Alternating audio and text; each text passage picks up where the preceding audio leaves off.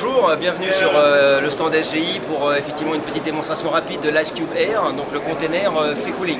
Donc c'est un container qui permet effectivement d'avoir un data center très mobile et que vous pouvez effectivement installer en quelques semaines. Alors on va regarder quelques principes fondamentaux, donc suivez-moi. Donc en réalité, l'air rentre par ici et va ressortir de l'autre côté. Donc comment l'air effectivement est refroidi?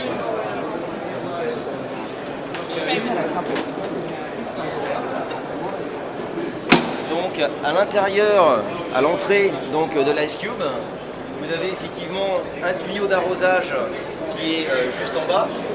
Le voici. Vous rentrez l'eau. L'eau va servir à deux choses, à créer du froid et un certain niveau d'hygrométrie.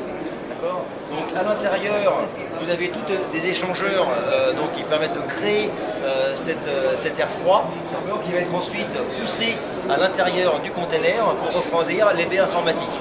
Alors nous allons rentrer dans le container.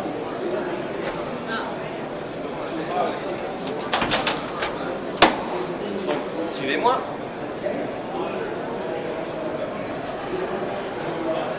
Donc nous rentrons à l'intérieur de l'espace où se trouvent les baies informatiques. Vous avez donc sur cette partie-là la partie ventilateur. Donc dès qu'effectivement vous avez eu la génération de froid, les ventilateurs qui sont ici vont pousser l'air froid à 45 degrés. 45 degrés pourquoi? Pour créer un effet cyclonique qui permet effectivement à l'air d'être brassé de façon homogène vers les baies informatiques. Si on poussait l'air de façon frontale, on créerait des points chauds, ce qui n'est pas le cas quand effectivement on fait cet effet cyclonique. Donc comme vous pouvez le voir, vous avez ici 4 baies, 1, 2, 3, 4, qui peuvent accueillir tout type d'informatique, serveur, stockage, réseau. Chaque baie est prévue pour pouvoir supporter jusqu'à 35 kW d'équipement informatique. Vous en avez 4, ça vous fait 140 kW de baies que vous pouvez installer dans un Ice Cube Air. Et ensuite, par simple dépression, l'air froid devenu chaud après avoir traversé les baies informatiques va être effectivement expulsé par les ouïes qui sont à l'arrière de l'Ice Cube. Voilà. Alors, quelques éléments complémentaires. L'Ice Cube est entièrement autonome, c'est-à-dire qu'il y a 300 points de contrôle à l'intérieur. La seule chose que vous ayez à lui demander, c'est la température que vous voulez à l'intérieur de votre data center.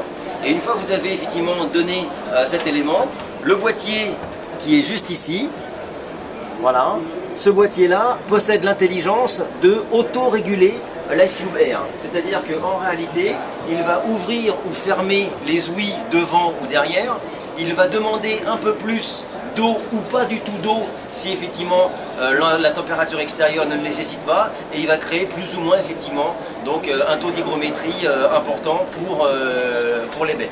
Donc aujourd'hui c'est un équipement, comme je vous le disais, entièrement autonome. Il peut fonctionner aussi bien en Suède qu'au Texas où il fait 45 degrés, mais également effectivement sur des endroits beaucoup plus froids.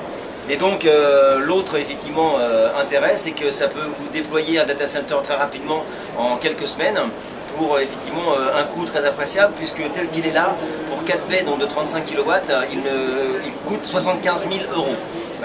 Le but n'est pas de remplacer un data center, c'est de proposer des offres alternatives quand votre data center ne fonctionne plus comme vous voulez qu'il fonctionne.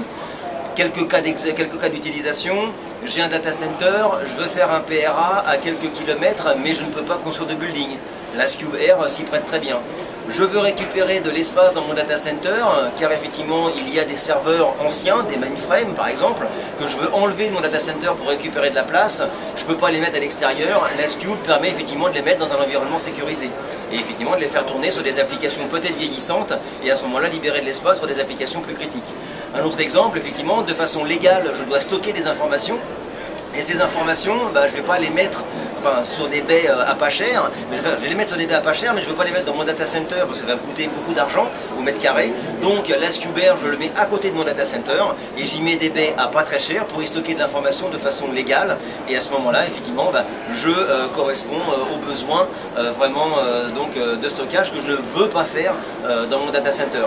Autre cas d'usage, j'ai un vieux data center, il faut que je le détruise, je vais en avoir un nouveau d'ici 3, 4, 5 ans. Entre temps, ma puissance de traitement va forcément augmenter. que faire entre les deux? Eh ben, j'ai la passerelle effectivement d'un NAS Cube Air. Et donc pour finir, celui-ci, comme vous l'avez vu, vous avez 4 racks différents. Il existe des modules à 10 racks et des modules à 20 racks.